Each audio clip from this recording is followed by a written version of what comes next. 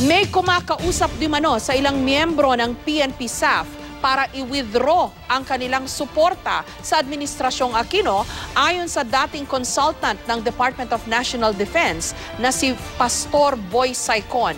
Pero ang administrasyon, kumpiyansa pa rin daw sa katapatan ng PNP at ng AFP.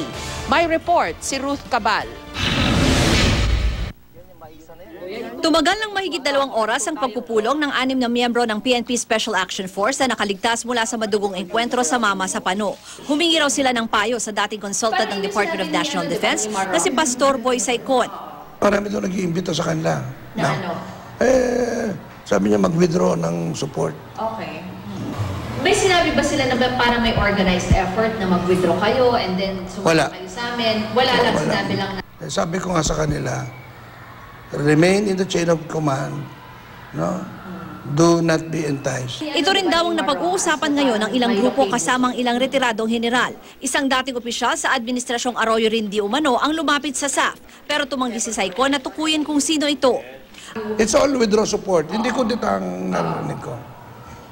Mr. President, assume the responsibility. The buck stops with you. Ang tiyahin ni Pangulong Aquino na si dating Tarlac Representative Tingting Cojuangco raw ang nag-imbita sa kanya sa meeting kasama ang SAF. Tumangging magkomento kaugnay niyan si Cojuangco. Pero kinumpirma niyang may mga nakakausap siyang mga dating estudyante niya sa PNP Academy na kasama sa operasyon sa Mama sa Pano. We're all very demoralized. They're very hurt because their comrades were killed. Their comrades were slaughtered. Kasunod dito, tinanggi ni Cojuangco na siya o ang asawa niyang si Peping Cojuangco ang nasa likod ng balibalitang kudeta laban sa Administrasyong Aquino. Sabi naman ni dating Defense Secretary at National Security Advisor na si Norberto Gonzales, may pag-uusap ngayon sa pagitan ng ilang miyembro ng AFP at PNP. Pero hindi naman niya diretsahang sinabi na may kinalaman ito sa napapabalitang kudeta.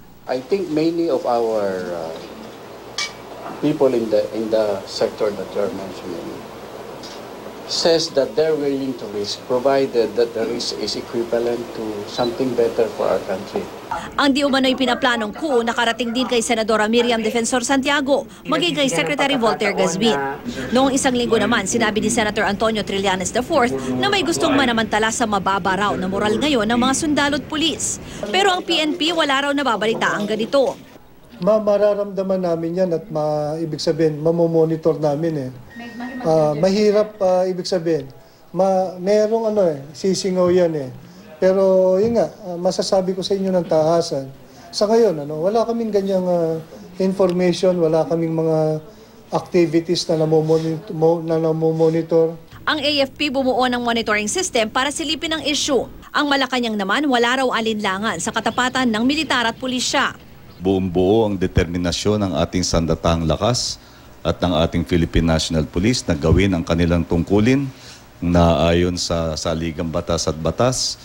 Doon sa patungkol sa PNP, ang deklarasyon nila, kami ay professional organization at buo ang aming katapatan sa bandila at sa Republika. Kasabay ng mga lingas-ngas tungkol sa kudeta, may ilang grupong nananawagan ng pagbaba sa pwesto ng Pangulo kasunod ng madugong engkwentro sa Mama sa Pano. Sa February 22, 2015, kasabay ng ika-29 na anibersaryo ng EDSA People Power 1, plano ng grupong EDSA 22215 Coalition na magkilos protesta. Ang gusto ng 22215, magkaroon ng transition government na bubuuin ang mga sibilyan at non-politicians hanggang mag-eleksyon 2016. 3 organisasyon na raw ang kanilang kaisa para dito. Pero gate nila, di raw sila ang nasa likod ng napapabalitang kudeta laban sa Pangulo. We will be endangering the state kung pababayaan natin ang isang liderato na may problema na at nakagawa na ng maraming problema to continue on.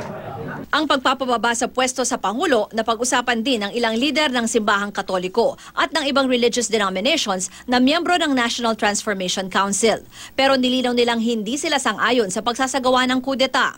Various assemblies convened by the National Transformation Council, NTC, has strongly advocated that the President should step down.